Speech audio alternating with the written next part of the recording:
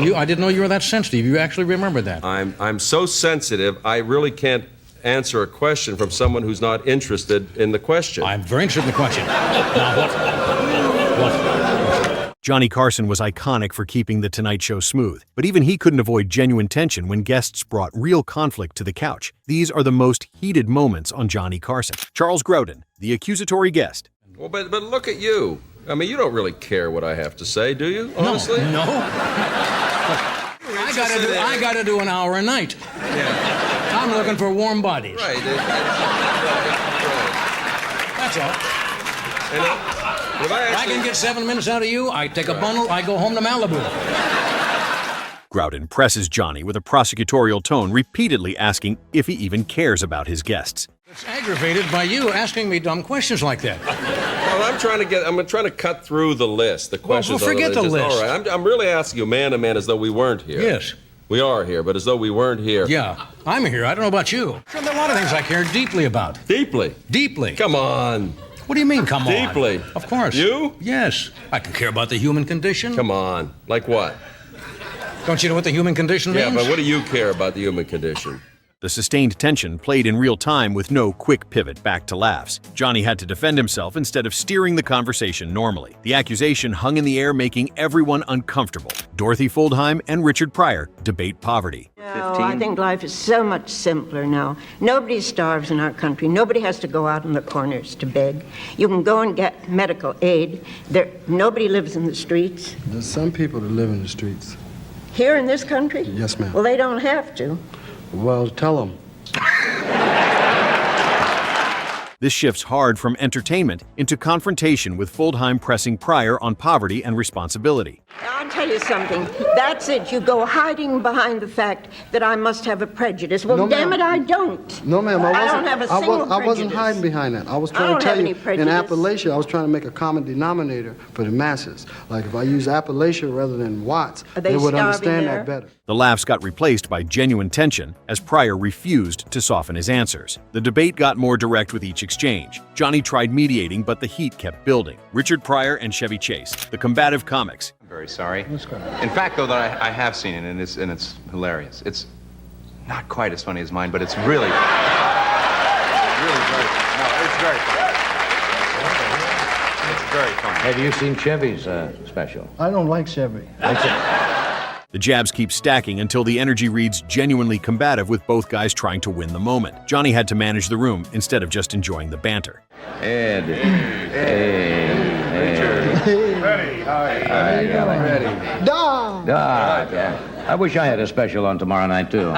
So we could all get going like at 8 o'clock and go right through until 11:30. You guys got the network locked up tomorrow night. How about The playful joking swung fast between laughter and sharpness. Neither comedian backed down, making the tension escalate. Orson Welles and Robert Blake, the dominance contest. Have you met Mr. Wells before?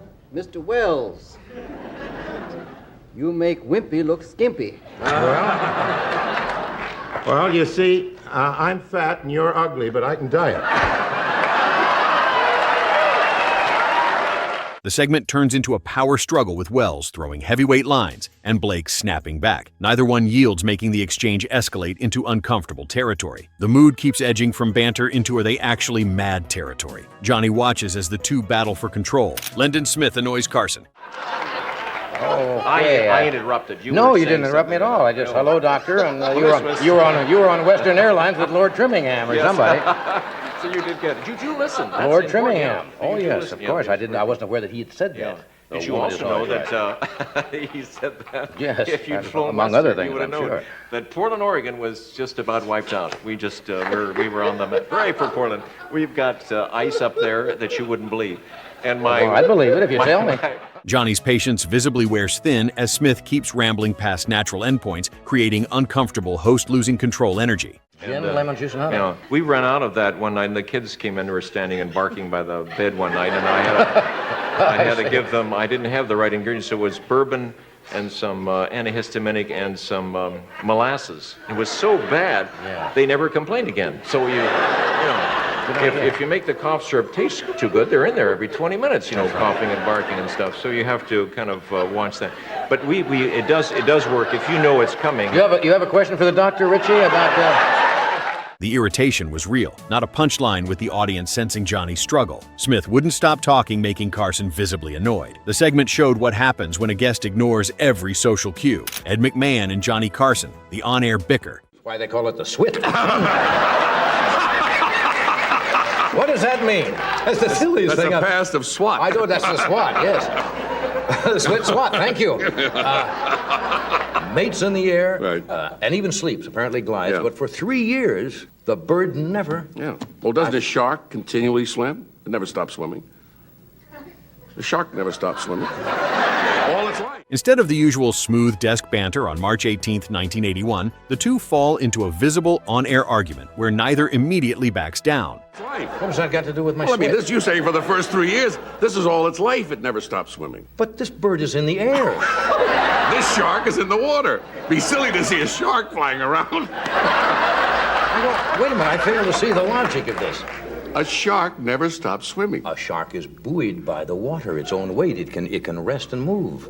But in the air, I mean, you know, it's one thing to do this for 3 years. It's another to do this. What makes it heated is that it plays like a genuine flare-up, not a planned bit. Johnny keeps the segment moving, but the edge hangs in the air. 1 million miles in that 3 years, and then lands.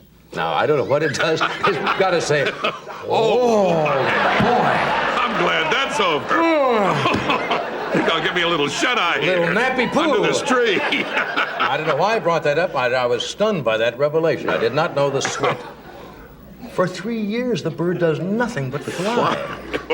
The audience shifts uncomfortably, not sure if they should even laugh. Ed refuses to let it go, making the tension build. The rhythm feels off like the show lost its footing. Viewers at home wondered if they just witnessed a real fight. Betty White and Joan Rivers, the competitive comics. You would think you were the only cover girl in town. Do you know I'm a cover girl? I'm surprised, but probably yes. Oh, And if you there say, you are. if you dare say, who's that other man on the cover, I Can't review. You look fabulous in white. The two stop doing the typical polite couch chatter and start trading pointed digs with each one escalating the previous line. You're so jealous. I asked you to come on tonight and look glamorous, and look what you showed up in. I am I like to think that understated is a lot classier than all the stuff hanging out all over the well. It's just ridiculous, and little tassels on everything. Can you get them all going in opposite directions? It feels heated because it's competitive with two pros trying to land the sharper shot. Betty delivers a line that gets a huge laugh. Then Joan immediately tops it right after. The back and forth accelerates until it stops feeling playful. You look wonderful. Now, do you consider yourself, seriously, because you're on a cover, not a major publication, but nonetheless... Not a major publication. But In Dogs, I tell you, that's a very major publication. For your career, though, that's a good story. Now... It's funny because people wanted me topless, but I said no. Weren't you? It's so hard to tell.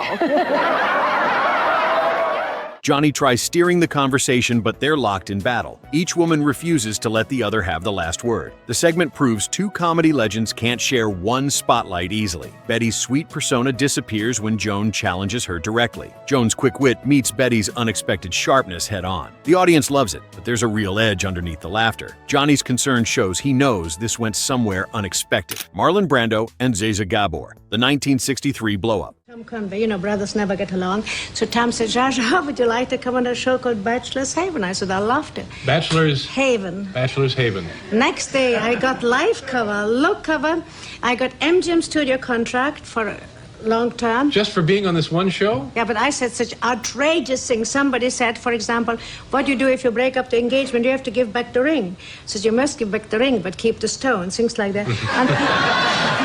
Multiple accounts describe the May 15, 1963 appearance as a genuine on-set clash where Brando arrived in rough shape and the exchange spiraled into insults. Vague things about it. I almost fell down as I came in. I was so dead drunk I couldn't... No, you weren't. Now, people ask about that show. It's true. You know what they do for people who don't know? They don't have the custom anymore, but they used to They have a room back there where everybody sits and talks before the show, and they used to serve drinks. It's actually rumored that the reason no footage was ever archived anywhere was because of this exact incident, preventing producers, the guests, and Carson from looking unprofessional. It's one of those rare Tonight Show moments people remember specifically because it wasn't TV tension, it was an actual fight breaking through the format. And the lights hit you, and you went, all of a sudden you sounded just like Stanley Kowalski. I said, man, well, these lights are kind of bright, aren't they? And it was a great interview, one of the highlights of our show. So we've given that up. You'll have to rerun it for me because it's a blur. Brando showed up disheveled and clearly not in the mood for light banter. Gabor entered expecting typical couch flirtation and got hostility instead. So it actually happened and then you went on to make Georgie Porter motion came pictures? back from London. Yeah. I was making Moulin Rouge, and I never stopped since working, and I really wanted to be a veterinary. Yeah, if you hadn't gone into acting, is there a chance that you would have done that? All my life, I still am. I have 5 dogs at home and 2 horses. And I would love to do that, but I have no time because I have to support all the animals, and so that costs lots of money, so I work as an actress. What can you do? Yeah. The exchange started awkward, then rapidly deteriorated. Gabor eventually stormed off, leaving dead air. The blow-up became a cautionary tale about booking volatile personalities. Ed McMahon appears wasted. I guess 7 or 8 years she's been appearing with us. 9 years. About 9 years. Right, yeah. Several plus several will be about 9. You said 7 or 8. No, I didn't say 7 or 8. I said several. Then you said 7 or 8, and I said Did it's I? 9. Yes. 9. Good, thank you. Yeah. Some of the animals. In April 1977, Ed McMahon came out on The Tonight Show, and he didn't seem like himself. Him rambling on about nothing visibly annoyed Johnny several times. Remember the animals that did something funny on your tie? Yes. Those little lions and little baby lions were 1 year old. That's right. They are now treacherous and ferocious 10-year-old animals. Okay. Anyway, Joan Embry is here tonight. And she's now 32. That's right. He'd stare directly at the camera and just stare, showing millions of viewers at home his frustration. It's one of the few moments in talk show history where the host of the show is obviously fed up with their co-host. I love Joan. I'm the only one who went down to see Joan. Doc has never seen her. You've never seen her. I went to the wild animal farm. It's all right. It's okay. But you're upsetting me. You're No, upsetting me. I don't upset you. I went down, Joan, and I know wrote you it. did. That's all right. Don't say. What? I know her. I went down and. Oh, I know you did.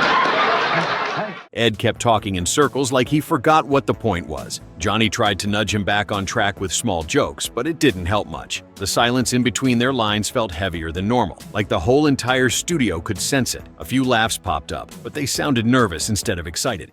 Joan is an animal handler and a trainer. And you really think you're fooling everybody, don't you? No. And she I'm also... just here to do my best to help you. I know that. And she does her 3 horse shows a day. Did you know that? At the animal park. Boy. What? What an exciting idea. Would you like an army cot or something? Maybe just to kind of catch up on a little nappy poo? Just might snap you right out of it. They were mostly just from the awkward silence that kept happening so often. Ed's voice even seemed off, like he was tired or distracted. Johnny looked down at his desk for a moment, almost like he was trying to stay calm. By the end of Ed's segment, you could tell Johnny just wanted to move on to the next part of the show. These heated moments proved that even Johnny Carson's smooth hosting couldn't prevent real conflict from erupting on live television. He tried his best, and usually he could de-escalate most situations. But sometimes the composure of everyone broke live. The tension reminded viewers that live TV can't hide everything no matter how professional the host. Carson's ability to recover from these disasters showed why he was the best in the business. The uncomfortable moments became just as legendary as the funny ones. Which heated moment do you think was the most uncomfortable to witness? Let us know in the comments, and don't forget to subscribe for more iconic Tonight Show moments.